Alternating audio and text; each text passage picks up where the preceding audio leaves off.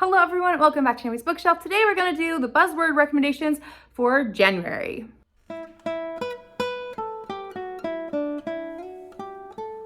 So before you go into my recommendations for January, I want to talk about quickly my new setup for the next year, for 2022. I really pushed myself in 2021 to read different genres and to bring you different genres and different types of books for every single recommendation. And that made me read a lot of different kinds of books. And that was great. I really loved that. However, that made me read like 8 new books sometimes per month, just so I could get you out a new recommendations video for like a week in advance before Buzzwordathon started. And that made me feel so much stress. And I almost didn't do these videos for 2022. However, I noticed as I was like, if I can find enough books for every single one, I will do these videos. I noticed I actually have everything except for like 12 or 14 books for the entire year to read. So that's okay. I can do that. But that means I'm not going to be reading extra books per month. So if I don't have 10 books per month, I'll read the extra ones, but I'm not going to be reading books outside of what I've already read. I hope that makes sense. So if I don't have a science fiction recommendation, or if I don't have a Western recommendation, if I don't have a middle grade recommendation, I'm so sorry. I'm gonna do what I can to help out, but at the same time, I'm just going off of what I've already read because I can't stress out my reading brain anymore. And if I do read awesome books, I will do my best to add them in, but at the same time, I'm not going to add that pressure. I hope that makes sense. So let's get into the first recommendation right now. The word for this time is not just one word, but it's the who, what, when, where, why, and how. So the question ones, and I actually have read a few of them for last time when we did this for the actual Buzzwordathon readathon, which was really fun. I did a few of those books. So I have a few already that are great. And I'm going to talk about my first one, which is the Agatha Christie. I still will be doing an Agatha Christie one per one, and that's great. This one is Why Didn't They Ask Evans, which I read for the last time. And this is great. So this one is about Bobby Jones, who is playing golf when suddenly he comes across a dead body, or a not dead body, but a dying body. And all he can hear from the dying man's lips is, why didn't they ask Evans? And the man dies. So obviously that's a big question. And what are you supposed to do? This is an independent novel of Agatha Christie, so there's no Poirot, no Marple, none of her detectives are here, and so Bobby and his friend are trying to find out the answer. There's not much more I want to tell you about this one. It's fun, it's adventurous, and the real question is, why didn't they ask Evans? I think this is a really great one to read, and I had such fun memories reading this one. Last time I was actually in Hawaii, and I brought this book to Hawaii and back with me while reading it for Buzzwordathon. I have a nonfiction that I have read, which is The Mother of the Brontes, When Maria Met Patrick. And this one is by Sharon Wright. So this one is a nonfiction about Maria Bronte, who is obviously the mother of Charlotte. Oh goodness, I'm gonna forget their names now. Charlotte, Anne, and Emily Bronte. Why did I forget Emily? Anyways, I knew that there's a third one.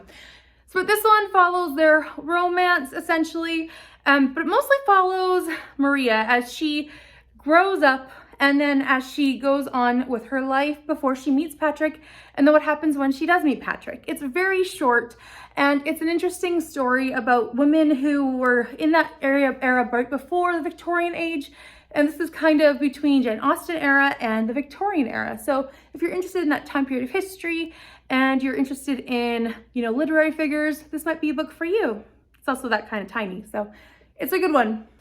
Historical mystery thriller one would be Where the Crawdads Sing. This is by Delia Owens, and this one follows a young girl who is living basically on her own in the boonies. This one takes place in the swamp area. I think this is in Georgia. Let me check that. North Carolina. And in this one, she is very much into bugs and birds. But Kaya is also kind of an interesting figure around town. Everyone's kind of calling her the Marsh Girl, but they are very much like spooked out by her. So one day she is kind of fascinated or kind of interesting to this young local guy named around town named Chase. And this is also taking place in like the 60s. When then suddenly a murder happens and she is like a prime suspect. So kind of like what happens? It's a really interesting one about murder, but also about living around the marsh area of North Carolina. And it's a really interesting historical mystery one. So if you're interested in that kind of book, check out this one. If you have read Alice in Wonderland and you haven't read Through the Looking Glass, you could check that one out because it's technically called Through the Looking Glass and What Alice Found There. So what is in the title? It's a great sequel, and not many people have read it compared to the first book, which is interesting. But it's interesting because at that book, she is going through the looking glass and she sees some weird things. Everything's kind of in reverse, and it's just a continuation of the first book. So if you've enjoyed Alice in Wonderland and you would like to continue on in that book, it is very short. I have a bind up here of Alice in Wonderland and other stories, so it's not like the whole thing of this, but it is a short kids middle grade classic if you are interested in that kind of thing. Another book I have is Where the Wild Rose Blooms. This is by Lori Wick, and I don't want to say too much about the whole plot. I do want to say that there's a disability rep in this book, and Jackie is the main character in here, and she is very proud. She does not like it when people do not do what she wants or when they question her. She is a very arrogant person, to say the least. And she always dislikes it when Clay, who is this boy around town, he's a very friendly guy, but she always dislikes it when he is teasing her because she's very much against this kind of personality. And they kind of have this love-hate relationship going on. But suddenly they start to grow closer together when suddenly a tragedy strikes, and that's when the disability rep comes in. I don't want to say much more. It's a very interesting story. It's also the first book in a series. If you are at all interested, this is a Christian historical romance fiction kind of book, and it's the first book in a 4-book series. A nonfiction I would recommend is When Breath Becomes Air by Paul Kalanithi. This one is by a doctor who finds out that he has severe cancer, and it's very sad. As the title suggests, it's when breath becomes air. So he writes this as he is slowly dying, and it's his last thoughts, what he wants his young family to know. His wife and him decide to have a child as they are, what's going to happen when he dies. And it is just heartbreaking. The audiobook was tear-jerk worthy, but it was so good. I'd highly recommend the audiobook. And yeah, it's a short book, but very, very sad. But yeah, When Breath Becomes Air is a very powerful nonfiction about what's really important in life. And this doctor who, I think he's saved, if I remember right, he's saved so many people from cancer, and suddenly there's nothing that can be done to save him. So very, very powerful book. The next one I have is a bit of a long title. So it's North of Normal, a memoir of my wilderness childhood, my unusual family, and how I survived both. This is by Sia Sunrise Pearson, or Person. This one is basically, it's kind of like Educated or The Glass Castle, but it's set in Canada. And it is very much like that. It's about a girl who is with her mom, who's a single mom, and her grandpa and her grandma and her aunts and uncles, and they walk around naked half the time. They live up in the very cold Canada. They do a lot of strange things. She sleeps in a tent with her mom, who has boyfriends living with them, and they have sex in front of her. They do all kinds of crazy things, and they live off the grid. It's very strange how she survives, and it's how she survives living in the wilderness, how her crazy family is, and yeah, it's that kind of a book. I highly recommend it if you enjoyed Educated or The Glass Castle or books like that. I would recommend this one. It might be a little late to be reading this one, but I think you could read it any time of the year, which is How the Grinch Stole Christmas by Dr. Seuss. I mean, it's short, it's fast, and it has how in the title. Why not? This one is obviously a kid's book, and I think it is very approachable for any time of the year. It is just fun, and I don't know what else to say. If you haven't read or heard of How the Grinch Stole Christmas yet, you should just pick it up. It's really cute. I have another nonfiction book, which is really, I mean, I would give trigger warnings for this one for any kind of graphic violence or any kind of graphic detail if you don't like this book, those kind of things in books. But it's called The Serial Killer Files, the who, what, where, when, why, and how, or who, what, where, why, how, and, or let me try that again. The who, what, where, how, and why of the world's most terrifying murderers. This one's by Harold Strider. I don't know exactly, but this book I listened to and it was very grotesque, but I enjoyed it.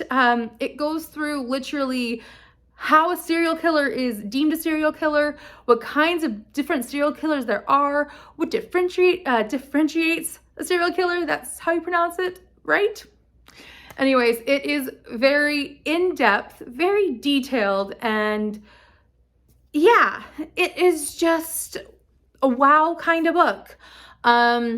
It was very good for that kind of thing. If you're wanting something like that and you enjoy learning about serial killers, this is a book for you. It is very in-depth, though, I will say, and it is very detailed to its topic.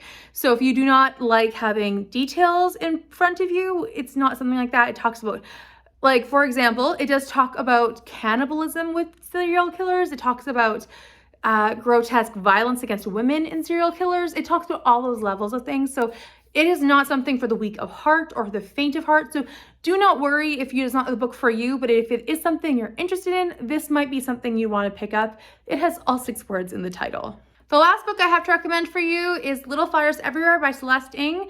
This one is a contemporary kind of family drama, essentially, book about adoption and how that works. It's about motherhood and how what defines you as a mother. This one follows several families as they are going about their lives in California. And these 2 families are really in the middle of the drama, where one family is this rich white family and the other family is this family who are on the poor side, but the mother of this family, I can't remember their names, it's been so long since I've read it, but the mother is actually helping clean the house of the rich white family. So it's very interesting how these all play out. And there's also the story of an adoption case at court going on throughout all of this. And it is something to be thought of. If you haven't heard of it before, you might want to try it out. It does have the word where in the title as well. So that's my last recommendation for you. I have 2 potential books for my own Buzzwordathon pick, and one of them is It's Not What It Looks Like, and this one is by Molly Burke. This is an audiobook that I have, and it's a very short audiobook, but I have not been feeling like listening to audiobooks lately for some reason. So if I don't feel like listening to an audiobook, I won't listen to it, I won't finish it, but this one is on my potential list, as this one follows her discussion about how she became blind. She is a very big YouTuber, and I have really enjoyed watching her videos about blindness and how she talks about her disability. So I am very excited to continue on with that book. I also want to mention that she prefers the term disability instead of diversability, and I have chosen to use that word because of her vocalized preference. And then also I have another book, which is The Man Who Murdered My Mother, and this is subtitled A Daughter's Journey of Seeking Justice, and this is by Tina Ann Healy. And I have an ebook of this. I don't know what else. It's a true crime novel, and I think the man gets freed. Yeah, so this book is about a man who is found guilty of killing her mother, and then the judge overturns that sentence because he is found not guilty on terms of insanity. And so she's trying to find justice for her mother's murder. So that one is another potential choice for my own Buzzwordathon pick. So I at least have an ebook or an audiobook potential for that one. So thank you so much for watching. Please let me know what you think of my new setup. I do have many, many more books to pick for every single month. And I can do this now for almost every month, except for a couple months. I think I have a couple to read for February and a couple to read for June, more like 5, I think, to read for June. So I space them out. I'll be okay for the rest of the year. I don't have to stress about reading Buzzwordathon books because I really do love doing this video series. So please let me know if you like this idea, what you think of this, or let me know what you'll be reading down below in the comments, and I would love to chat about that as well. So please like this video if you liked it, subscribe if you're new here, and I will talk to you next time. Bye for now.